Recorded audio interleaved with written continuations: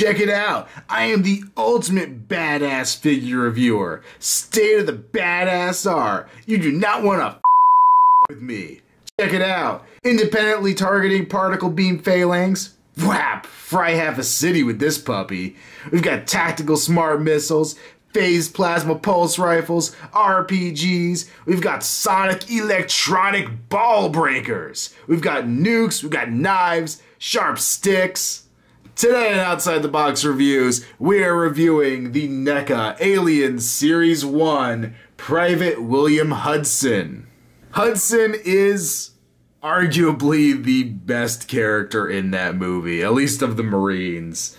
I don't know, between Hudson, Vasquez, and Apone, those are all my top three favorites of the group. And Hudson and Apone mostly just because of their random quotes. So, I was more than happy when I heard NECA was going to be putting out this figure. So let's take a closer look at him. Just like Hicks, Hudson's loaded down with weapons. He has his pulse rifle, same as Hicks, very nicely done, scuffed metal look, decent, not looking too plasticky, the little thing that would count their ammo in there. The rubberized strap, mine is a little paint slop from the hooks, these are plastic hooks. And this one is very, very warped. Hopefully this will loosen up as I mess with it, because it's pretty bent out of shape. But, good little weapon. Every Marine needs one. Also shared with Hicks, here on the belt, he has his little welder / cutting device. Pretty cool. I'm not going to pop it off his belt here, but it's looped through this little strap right here. Could hold it in his hand pretty well. I'm glad he also came with his. Here we have the Marine Light Backpack. Another pretty cool accessory. It looks very similar to the McFarlane one. This one looks like it actually has a joint up here at the top, but mine doesn't want to move, so I'm not going to push it. It's probably just a sculpted effect, but still looks really good. Lots of cool detail. A little wire here that you could plug in elsewhere. A little handle at the top. I also thought that was kind of a neat touch on these. And NECA even gave us detail on the underside that you're not going to see when the character has it on them, which I can appreciate, even though with this peg it kind of defeats the purpose, but it's still pretty cool. Speaking of that peg, Hudson has this hole in his armor, and if you look, it actually lines up with a hole on the figure itself, so you want to get both those lined up. Then you just push the backpack in there, and there's this little hole up here, and I assume that's where you want to put the cable. It does sit in there pretty well. The McFarlane one had a cable just sticking into the side of the armor, and I don't know if that's right, but this looks good if nothing else. Now, if you remember me saying, Hicks also has these same ports on his armor, so you could put this on him if you chose to instead of the shotgun. And the last accessory we have with Hudson is the motion tracker. A really cool little device here. Very well painted. It's such an 80s prop to me. This is what everyone thought high-tech cool stuff was going to look like in the 80s. It's just a hodgepodge of probably garbage, probably made out of a vacuum cleaner or something. But it's really cool looking. It just reminds me a lot of Ghostbusters when I look at this. We have the little readout here on the side. We have the strap here in the back with a lot of good detail on this one, also pretty needing to be broken in. The handle he could hold on to. And then of course the best thing on here, the little motion tracker itself. You can see all the aliens coming in. I love they put the little decal on there. My sticker's applied slightly crooked, but not too bad. Still pretty cool. And I guess I did have this upside down the whole time, but very cool looking accessory. Very happy they gave it to us. Now, unfortunately, it's time to talk about the head sculpt. I think this looks a lot like Bill Paxton. They did a pretty good job. I love that they slicked down his hair with like his flop sweat going on. But, of course, the elephant in the room is that facial expression. The game over, man, facial expression. His eyes are a little cross-eyed. They're painted a little wonky. One pupil's a lot bigger than the other. And really, I was very excited when I saw the prototype for this figure. The prototype looked spectacular. And roughly, I believe it's the same sculpt. It's all a matter of paint apps. The eyes weren't so white. There was more shadow in there. It looked a lot less cartoony. And I feel like it would have worked in a broader array of situations. This really the only way to have him is as a terrified man. The other one could just be like, oh crap, they're coming right for me, I'm shooting at things. It looked like it could be more of an action piece. This really is just overly done. The plus side is we know NECA's giving us more Marines figures. Hopefully we'll get a different head sculpt for Hudson. I'm really keeping my fingers crossed for that one. I'd love to have a second look for him because I really enjoy the character, and it's a shame if this is the only head sculpt we get. But just like Hicks, the armor is really well done. Once again, it's this soft rubber armor over the hard sculpted shirt, and then this separate kind of layer to it of the straps. You see he has his name across there, Louise, which was Bill Paxton's girlfriend at the time, with a little knot on there. The skull with the knife in it, or Glory. Really well done paint apps on here, really bringing to life those items from the movie. Things that give the Marines their individuality. He has his own little knife sculpted on here, once again not removable, but this is suffering from McFarlane syndrome. It looks like the end of it's bending a little bit. Bunch of different pouches. Hudson had all the tech gear in the movie, so I assume they would be in these pouches around his waist. On the back, we have the contents under pressure disposed of properly, and the little eyes up here at the top. A lot of great attention to detail. His sleeves are rolled up. He has the bandage on the one arm with the little watch. I was originally calling that a watch with Hicks. Now I'm actually thinking it might actually be the tracker, like the one they use with Ripley and Newt. That would make a lot more sense. But either way, it's a piece on the figure. The sculpted in arm hair, which is amazing. I also do like they didn't reuse the same arms that they used for Hicks on here. These are different arms, seeing that Bill Paxton wasn't quite as built as Michael Biehn.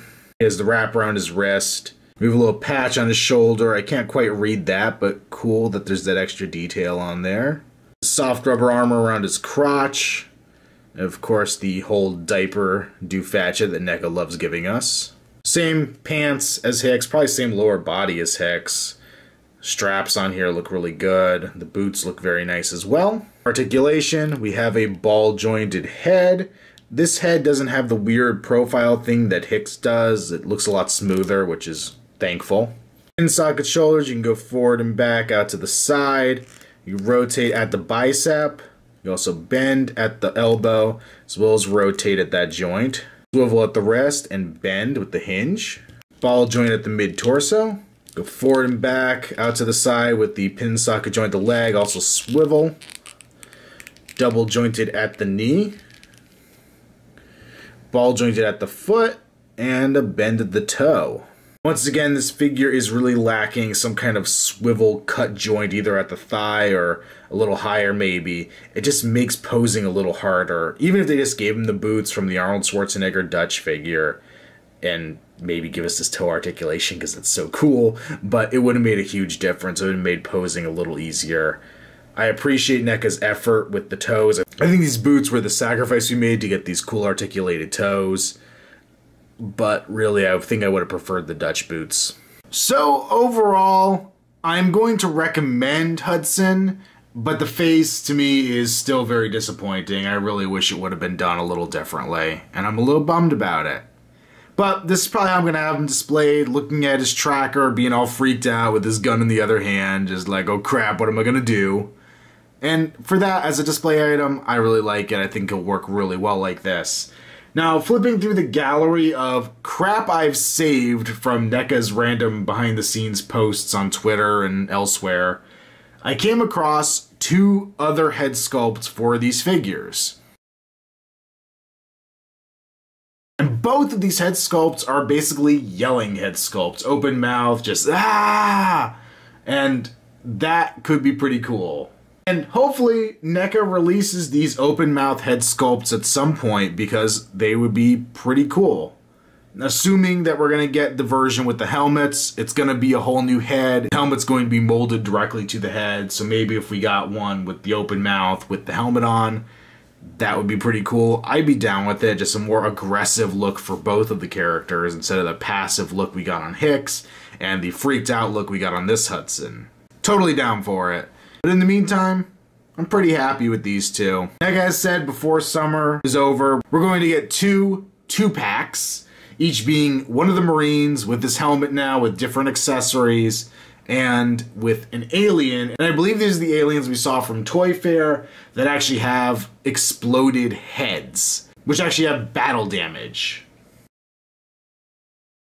Looking back at the pictures, one of them had like 2 exploding body shots going on. The other one had a body shot and actually a ruptured head. One was brown, one was more blue. That could be pretty freaking sweet. I would definitely be down for those 2 packs. I love the NECA 2 packs, especially assuming these will probably be Toys R Us exclusives like we normally get around Christmas time. I'd be down for those. And if they want to throw in a face hugger or an egg or something like that in there too, I'd be down for that. I know we've been promised a lot of stuff from NECA, and I know it should be coming. I just don't remember when and in what capacity it's coming. I'm just a little confused with all the alien news. Especially because we know Wave 2, we're supposed to be getting Bishop, which I'm freaking excited about. Love Lance Hendrickson. I honestly just rewatched Hellraiser Hellworld, mostly just because he's in it and I enjoy his performance in it. Yeah, don't judge me. And we've been promised a Mystery Marine. And they've been playing this one very close to the vest. We're going to find out who he is at Comic-Con. But from the impressions I'm getting from NECA, this isn't going to be a Marine from the movie. It's going to be something more obscure. Somebody guessed it would be a James Cameron in a Marine costume, and they said close. And then somebody guessed a NECA staff member in a Marine costume, and they basically were told to wait till Comic-Con. So I don't know how close anybody's gotten to it. I would think a NECA crew member in Marine outfit wouldn't sell very well. James Cameron in a Marine outfit might. I'm honestly dreading it's going to be Arnold Schwarzenegger crammed into a Marine costume, which would be really awkward. But I want this line to continue. I'm going to continue to support it. I think this line has a much better chance of continuing on than, say, like the Prometheus line that's been having some issues. I would love to get the whole crew, but specifically I would like to get Apone. Apone is freaking badass. I love him in the movie. To get that figure, I will be all for shooting the review for it, because you know how many stupid quotes I'm going to throw into that one. Vasquez would definitely be cool, though I think we're more likely to get a Drake because they can reuse more parts since it is a male character and they don't have to make a female body, which is sad because I would love to have Vasquez. Obviously everybody wants Ripley, but she's a little hard to get the rights to do. I know they've been trying really hard over at NECA and they're trying to wear her down and get some kind of chance to make that figure. And because trust me, they know it would sell, and if they have any chance of putting it out, I know they will. But enough of me rambling on about aliens. Make sure you check out Outside the Box Reviews on Facebook. There'll be a link below. And until next time, it's been another Outside the Box Reviews. Stay tuned for more to come. Game over, man! Game over! And then, of course, the best thing here, we actually have the motion tracker itself. The little... Do I have it upside down? I guess I do.